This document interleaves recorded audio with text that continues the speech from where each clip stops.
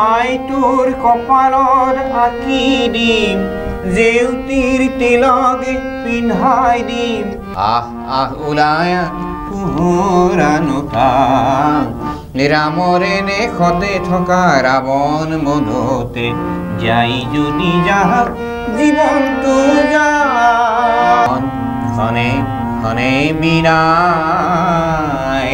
Democracy লাইভৰ ষ্টুডিঅ'ৰ পৰা মই মৰম কুমাৰে স্বাগতম জনাইছোঁ। সাহিত্য আৰু সংগীতৰ যুগলবন্দীৰ এক বিশেষ অনুষ্ঠান আমি আয়োজন কৰিম এই মুহূৰ্তত আৰু আমাৰ সৌভাগ্য যে ডেমক্ৰেচি লাইভৰ ষ্টুডিঅ'ত এই মুহূৰ্তত পাঠশালাৰ পৰা আহি উপস্থিত হৈছে আৰু এগৰাকী নলবাৰীৰ মুকালমুৱা তিনিগৰাকী ব্যক্তি। এগৰাকী হ'ল দিগম্বৰ ডেকা, এগৰাকী লেখক অৱসৰপ্ৰাপ্ত তেওঁ শিক্ষক, এগৰাকী অৱসৰপ্ৰাপ্ত অভিযন্তা কবি হিচাপে পৰিচিত, এগৰাকী সাহিত্য সংগঠক সাংস্কৃতিক সংগঠক এয়া হ'ল অনুপ কুমাৰ পাটোৱাৰী ডাঙৰীয়া। আমি স্বাগতম জনাইছোঁ। আৰু আমাৰ মাজত আছে এগৰাকী সুন্দৰ কণ্ঠৰ সংগীত শিল্পী কণ্ঠশিল্পী ভাৰত দাস ডাঙৰীয়া, স্বাগতম জনাইছোঁ। আৰু আজি গুৱাহাটী প্ৰেছ ক্লাবত এখন বিশেষ কিতাপ উন্মোচন হৈছে, এয়া হ'ল আঠ বাট এখন কিতাপ, এখন বিশাল কলিবৰৰ এখন গ্ৰন্থ, 656 পৃষ্ঠাৰ এখন কিতাপ আৰু আধ্যাত্মিক বিষয়ৰ এনেকুৱা এখন বিশাল কিতাপ ৰচনা কৰাটো সহজসাধ্য কাম নহয়। আৰু এই কাম কৰিছে অৱসৰপ্ৰাপ্ত শিক্ষক লেখক দিগম্বৰ ডেকা ডাঙৰীয়া। প্ৰথমতে আপোনাক আমি স্বাগতমটো জনাইছোঁ, লগতে অভিনন্দন জ্ঞাপন কৰিছোঁ যে এনেকুৱা এখন কিতাপ আপুনি উপহাৰ দিছে। প্ৰতি অভিনন্দন ময়ো জনাইছোঁ। ধন্যবাদ ধন্যবাদ। আমিও সৌভাগ্য যে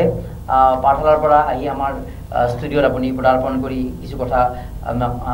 জনাব আপোনাৰ এই বিষয়ে। কিন্তু আমি অনুষ্ঠান মাজলৈ যাম, আমি কবিতা শুনিম, আমি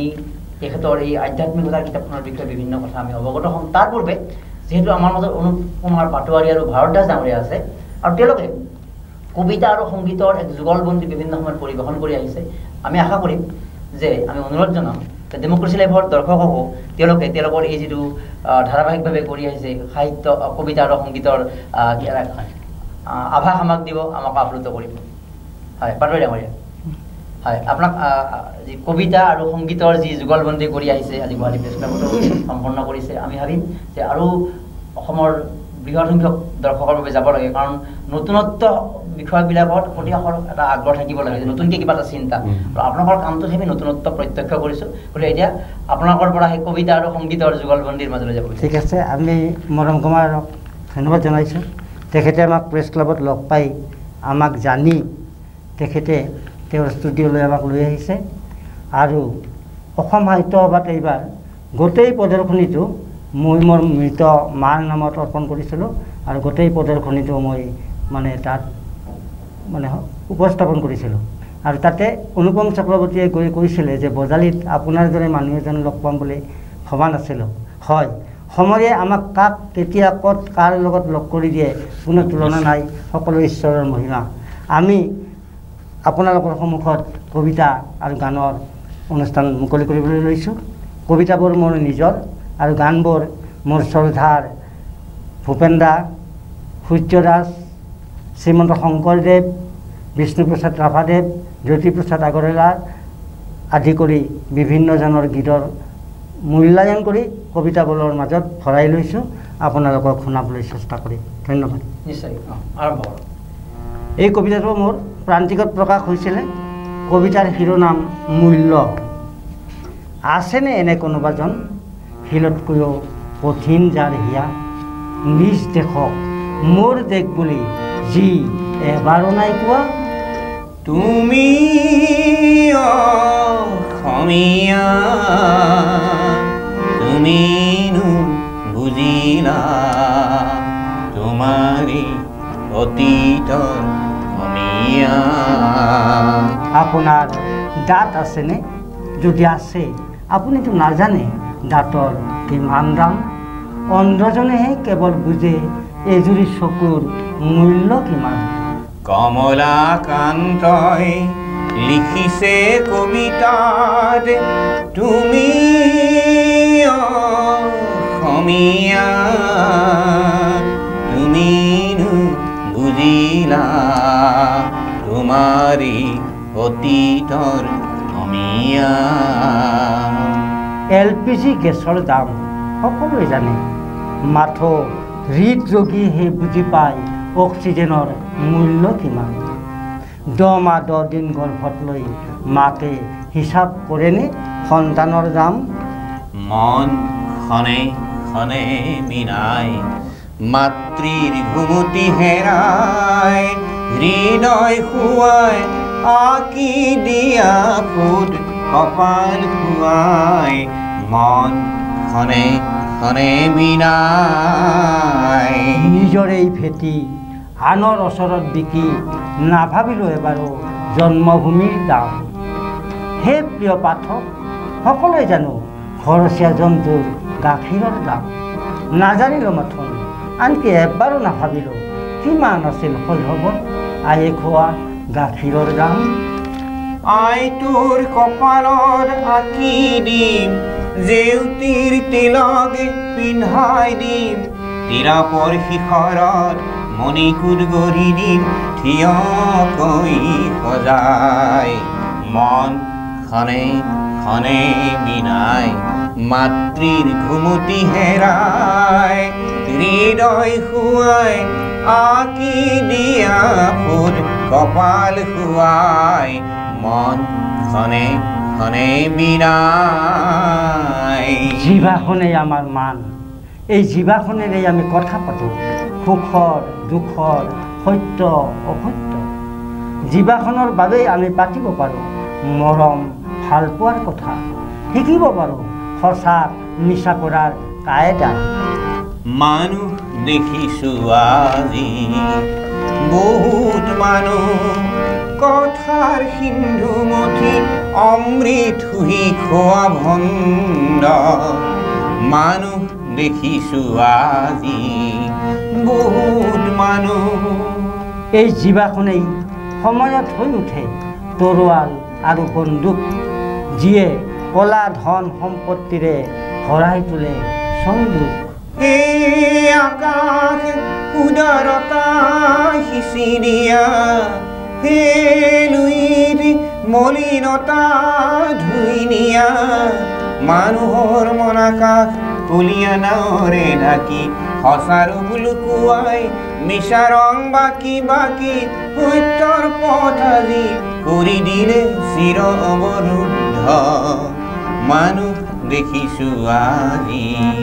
বহুত মানুহ। ধান আৰু মাটিৰ প্ৰেমীসকলৰ মাজত জিভাখনে যেতিয়া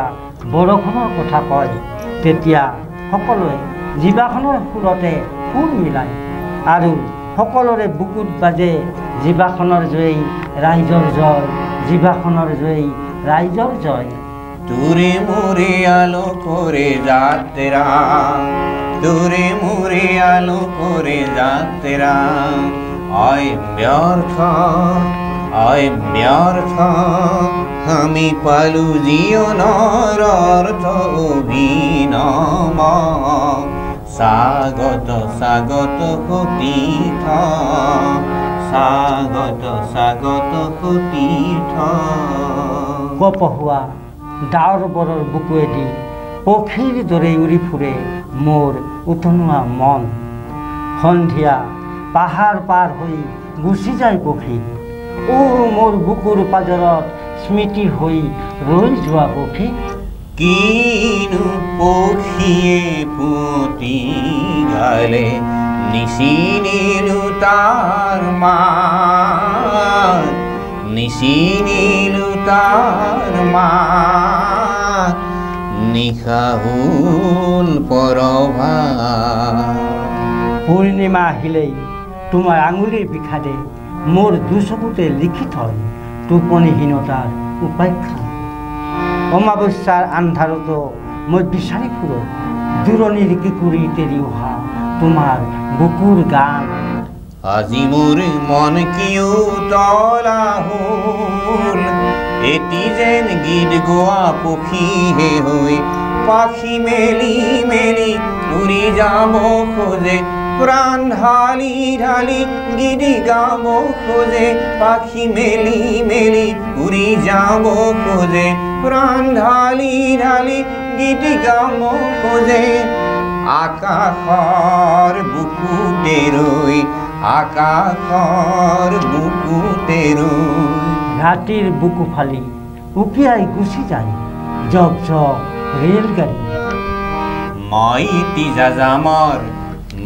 এটি যাযামৰ ধৰাৰ দিহিঙে দিপাঙেলোৰ নিবিচাৰি নিজাগৰ মই এটি যাযামৰ মোৰ শূন্য নঙলাই ৰৈ থাকে তুমি আহিবা বুলি আৰু আমাৰ দুখবোৰ তেতিয়া থাকে তৰাৰ দৰে জ্বলি মই লুইতৰ পৰা মিচিচিপি হৈ ভলগাৰ গুচালো অটোৱাৰ পৰা অষ্ট্ৰিয়া হৈ পেৰিছ সাৱটি ললো মই ইলৰাৰ পৰা পুৰণি ৰহন চিগাগলে কৰিয়ালো গালিবৰ চেৰ দুচম্বেৰীৰ মিনাৰত শুনা পালো মাৰ্ক টুৱেনৰ সমাধিত বহি গৰ্কিৰ কথা কলো বাৰে বাৰে দেখো বাটৰ মানুহ আপোন হৈছে বৰ হি মই যাযামৰ মই এটি যাযামৰ তেজৰ দৰে ৰঙা এখন গামোচা এই গামোচাতেই লাচিত ইছমাইল ছিদ্দিকে মচিছিল ক্ষিয়ত অংগত বিৰিঙি থকা তেজৰ জাগ দূৰৰ লাচিতে শৰাই ঘাটতে শতৰুৱা গুচিলে জাতি ধৰ্ম ভাষা সমাকো স্বদেশ প্ৰেমেৰে বান্ধিলে কিৰাত পুত্ৰ বিষ্ণুৰ ভাই মাটিৰ কৃষ্টি জীয়ালে সমন্বয়ৰ দেখুৱালে কত প্ৰকাশ স্বতঃস্ফূৰ্ত মহাবাহু ব্ৰহ্মপুত্ৰ শলিতাৰে কলিজা জ্বলোৱা বিপ্লৱৰ পথত এই গামোচাতেই ৰাভাদেৱে লিখিছিল কৃষকৰ খামৰ মালিতা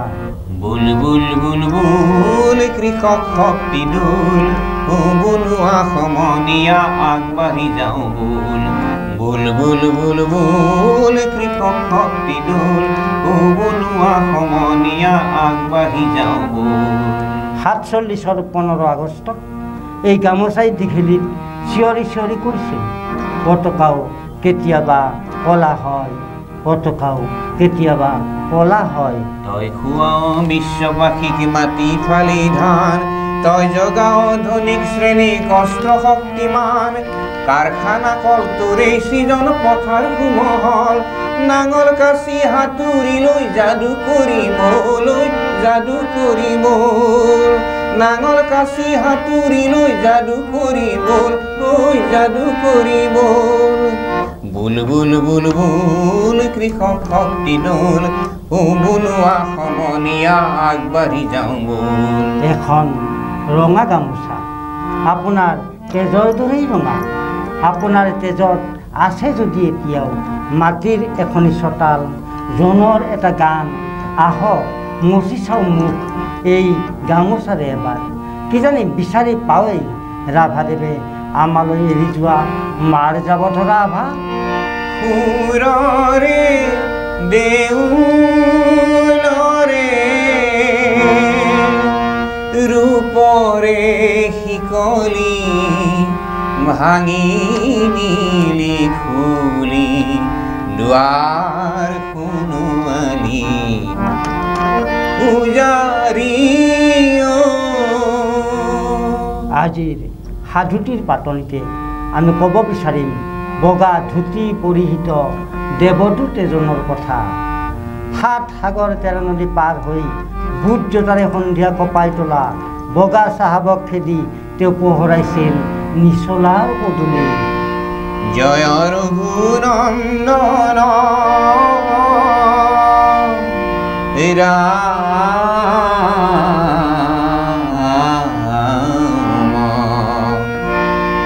জয় ৰঘুনন্দন জয় ৰাঘৱ ৰাম বাট পথ চিকুণাই পদূলি পোহৰাই তেওঁ গ'লগৈ তেওঁৰ আদৰ্শই দি থাকিল ঘামি ধোৱা মানুহবোৰক আশ্বাস বোলো হ'ব ৰাইজৰ পদূলিত ৰাইজৰ চৰকাৰ হ'ব আহ আহ আহ আহ ওলায়া সজাগ জনতা আহ আহ ওলায়া পোহৰানোতা ৰামৰে নেখতে থকা ৰাৱণ মধতে যাই যদি যাহক জীৱনটো যা যথা সময়ত ৰাইজৰ পদূলি এৰি ৰজাসকল ৰাজপ্ৰাসাদলৈ গ'ল। তেওঁলোকে উভতি নাচালে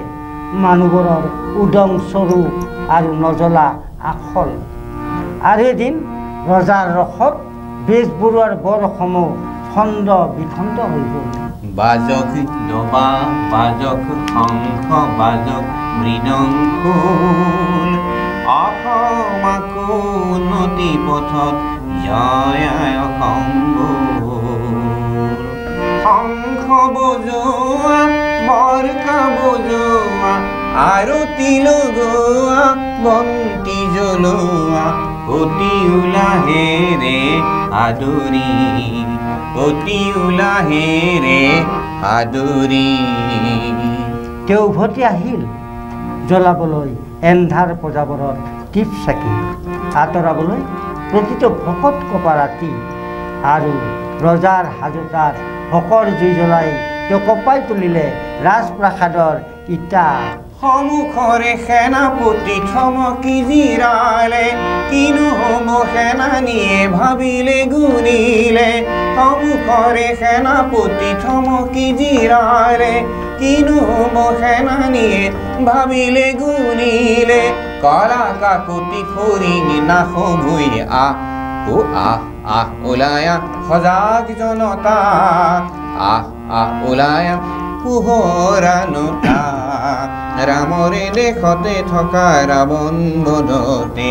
যাই যদি যাহক জীৱনটো যা। তেওঁৰ মাতত আশ্বাস ৰাখি ৰাইজ চিঞৰি উঠিল। ৰাইজে নখ জকাৰিলে নৈ বব ৰাইজৰ পদূলিত ৰাইজৰ চৰকাৰ হ'ব। এই আশ্বাসৰ মাজত আজিলৈ আমাৰ সাধুবোৰ শেষ হ'ল। সাধুৰ শেষত কিন্তু আমাৰ কাপোৰ কানি কলা নহ'ল।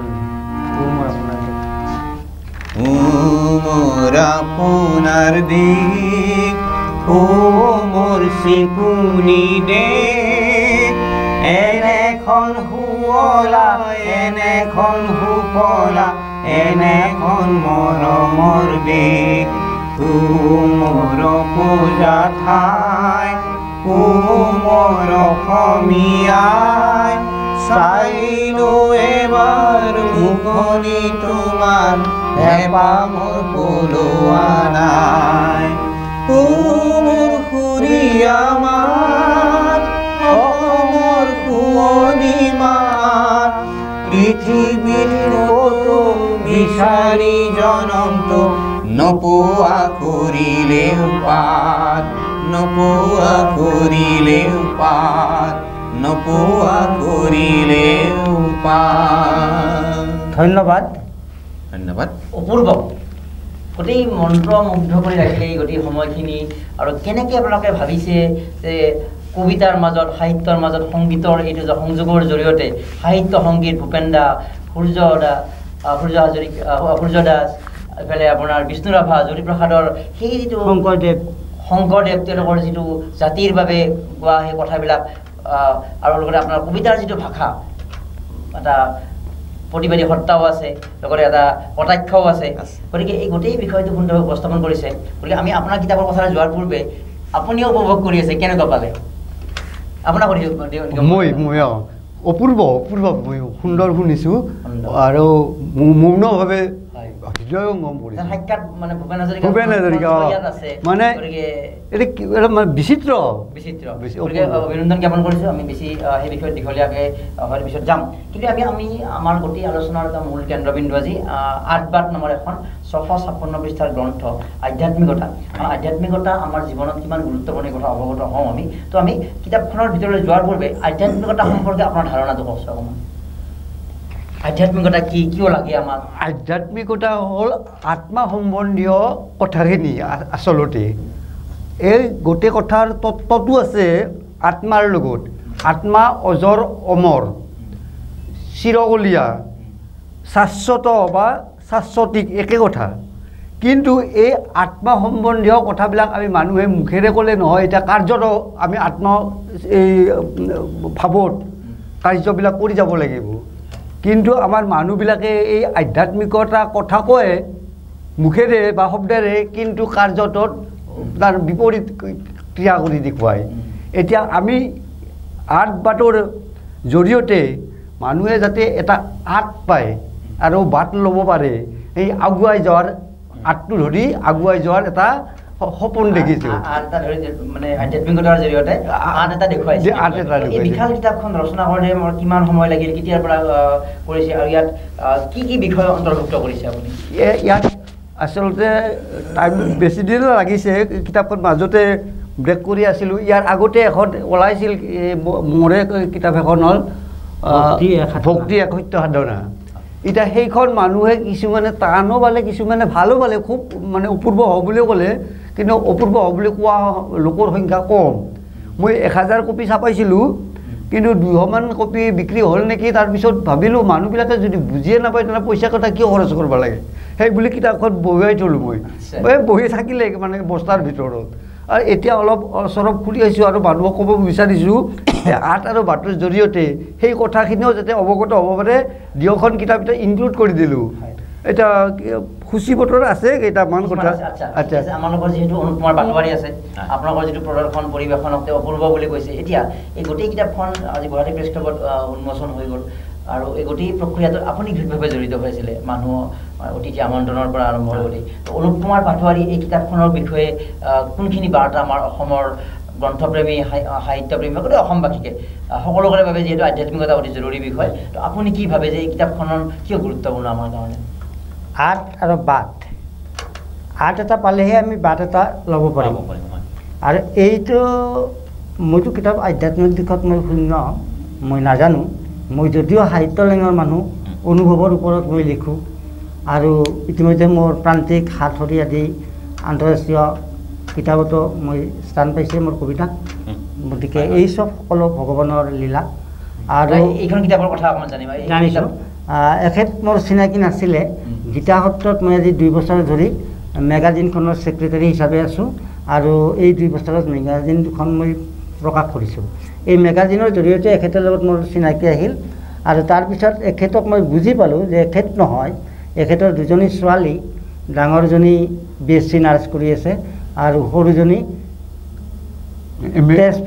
তেজপুৰ ইউনিভাৰ্চিটিত ফিজিক্সত MA পঢ়ি আছে MSc পঢ়ি আছে ফিজিক্সত MSc পঢ়িছে গতিকে তেওঁৰ যিটো তাৰমানে সন্তান সতী সন্তান আজি গোটেইখিনি তেওঁৰ ঘৈণীয়েক প্ৰত্যেকেই আধ্যাত্মিকতাৰ লগত জড়িত আৰু তেওঁলোকৰ বিষয়ে আপুনি কি অৱগত এতিয়া কিতাপখনৰ বিষয়ে মই দেখিছোঁ যে আজি চাওক আজি একেখন ভাগৱতে সকলোৱে পঢ়ে সকলোৱে ভাঙনি কৰি আছে কিন্তু সেইখনৰ ভাঙনিক লৈয়ে মানুহৰ মাজত মতানৈক্য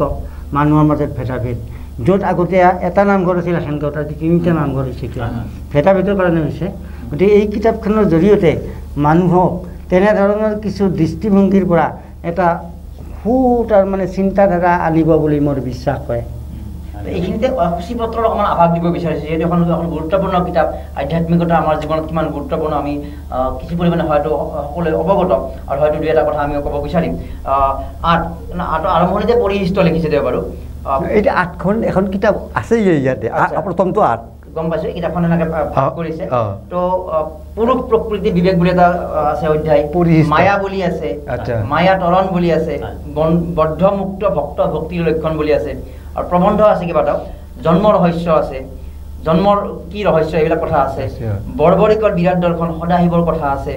সত্যং পৰং ধীমহি বুলি এটা আছে উপদেশ এনেকৈ বিভিন্ন বিষয় আছে বাসুদেৱ পুণ্ডকৰ মুক্তি ভজন শ্ৰীমদ ভাগৱত গীতা আৰু শ্ৰীকৃষ্ণ গীতা গৌবধি আছে বিভিন্ন আছে তো এইদৰে ইন্দ্ৰৰ বাংকেৰে বা চেষ্টা বিভিন্ন আমাৰ আধ্যাত্মিকতাৰ দৰ্শনৰ বিভিন্ন কিতাপত থকা বিভিন্ন ঋষিমুনিৰ গ্ৰন্থত থকা বিষয়বিলাক সংগ্ৰহ কৰিছে আচলতে সংগ্ৰহ কৰি তেওঁৰ নিজৰ ভাষাত লিখিবলৈ মাৰ্কেন্দ্ৰ মুনিৰ বিষ্ণু মায়া দৰ্শনৰ কথা উল্লেখ কৰিছে মাৰ্কেন্দ্ৰৰ শিৱ পাৰ্বতী দৰ্শনৰ কথা উল্লেখ কৰিছে মাৰ্কেন্দ্ৰৰ শিৱ স্তুতি আৰু বৰলাভৰ কথা উল্লেখ কৰিছে অতি গুৰুত্বপূৰ্ণ গ্ৰন্থ এখন হ'ব আৰু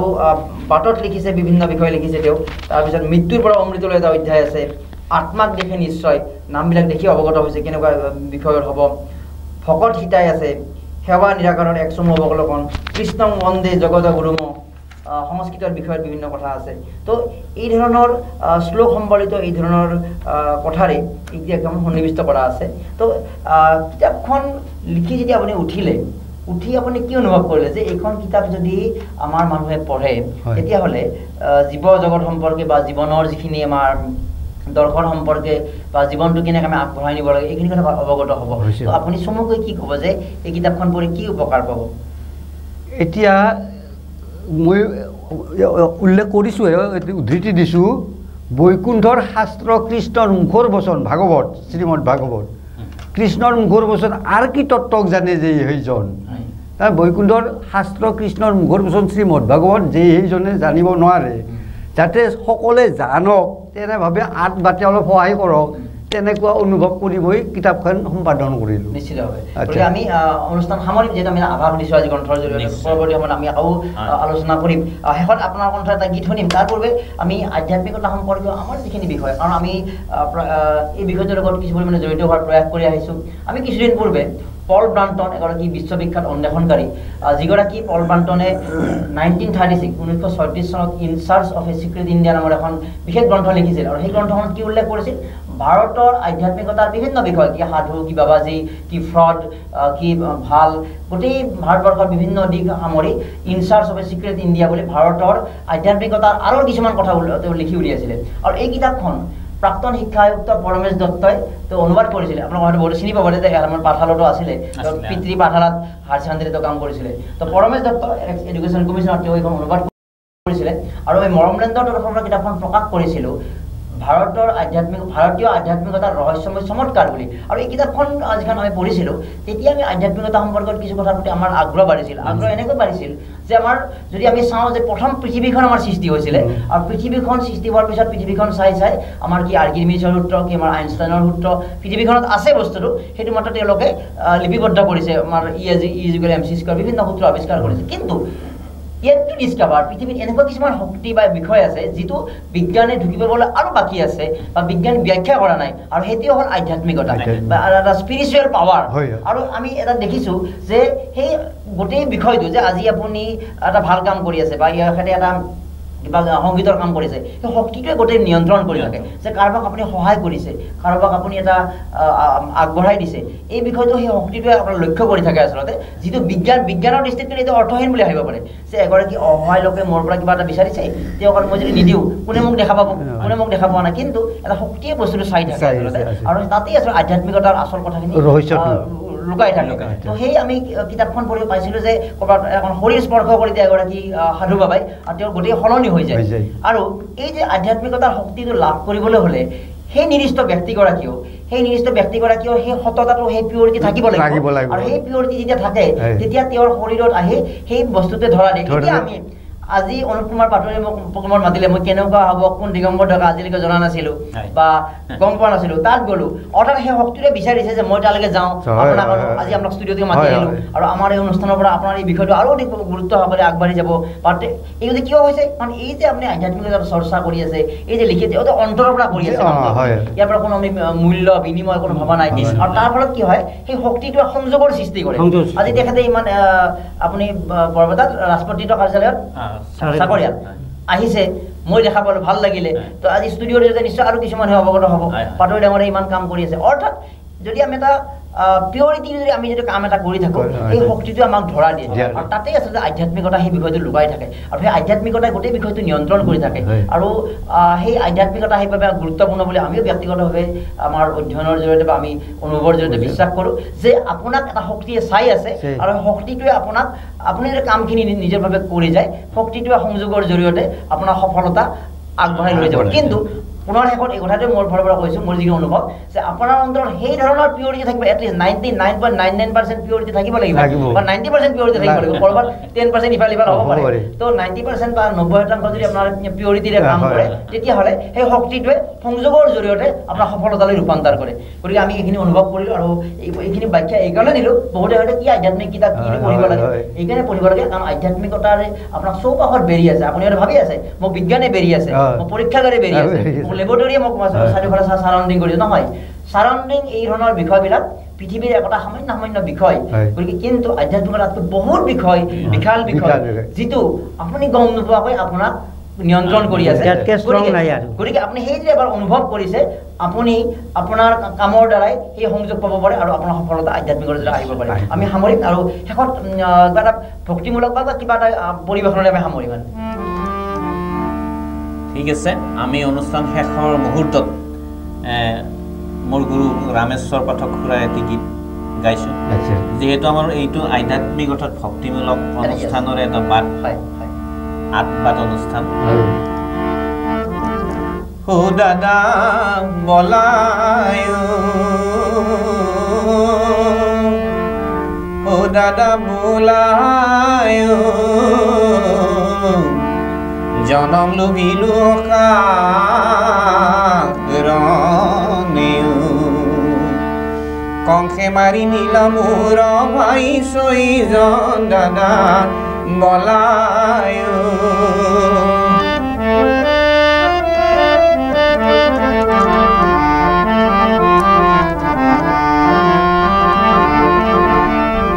পিতামৰ পশুদেৱ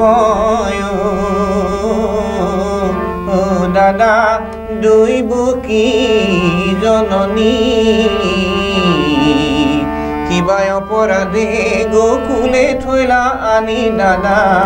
বলায় দাদা বহুলায় জনম লুবিলো কাৰণেও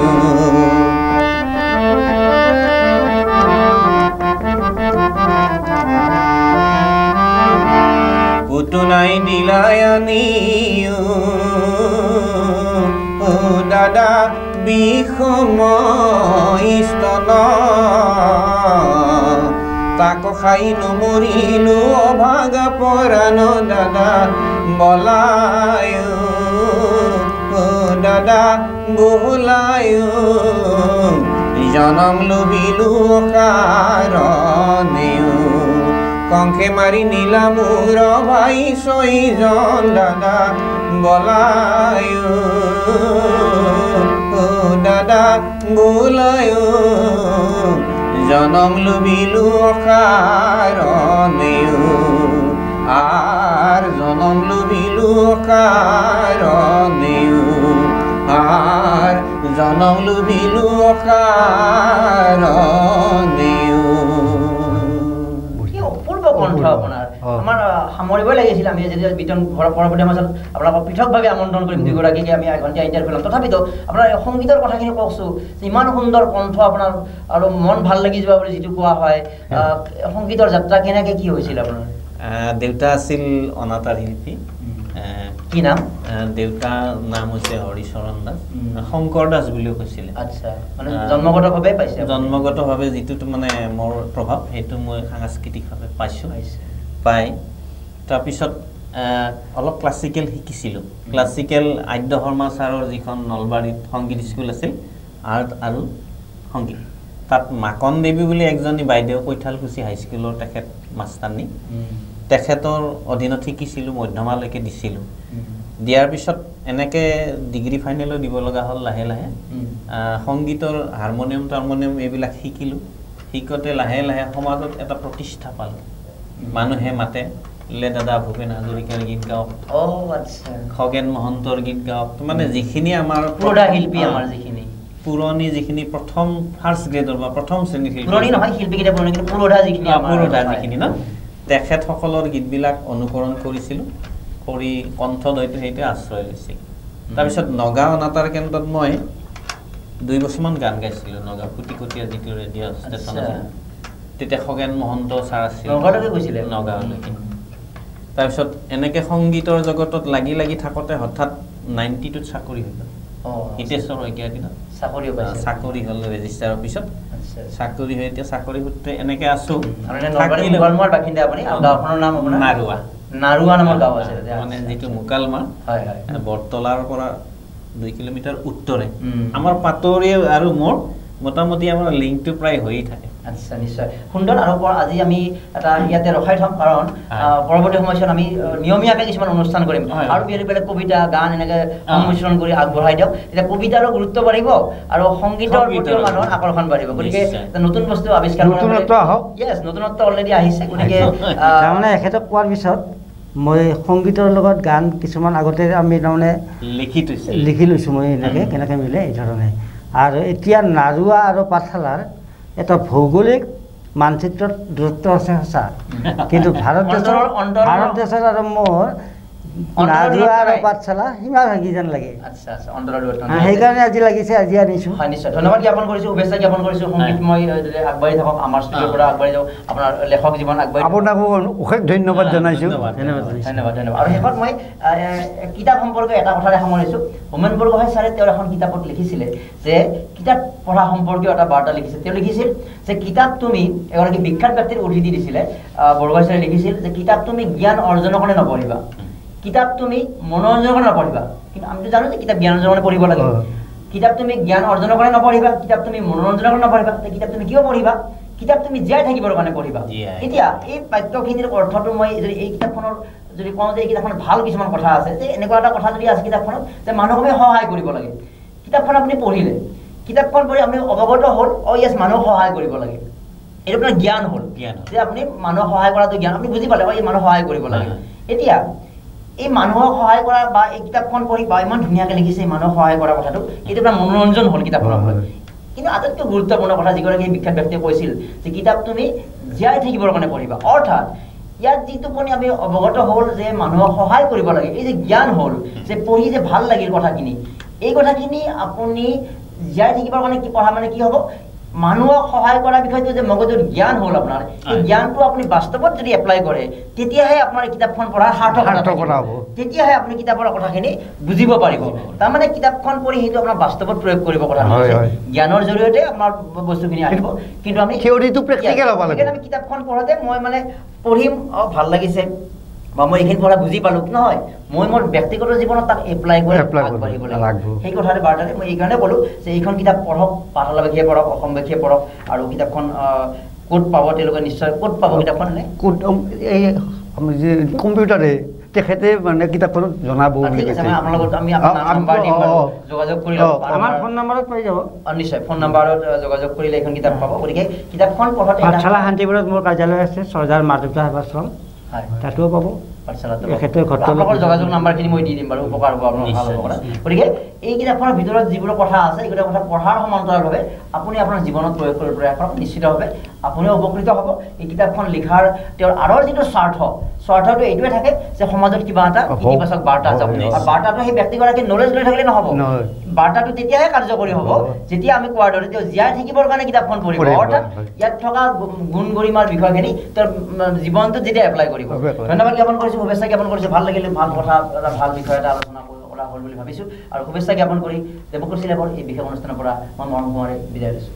ধন্যবাদ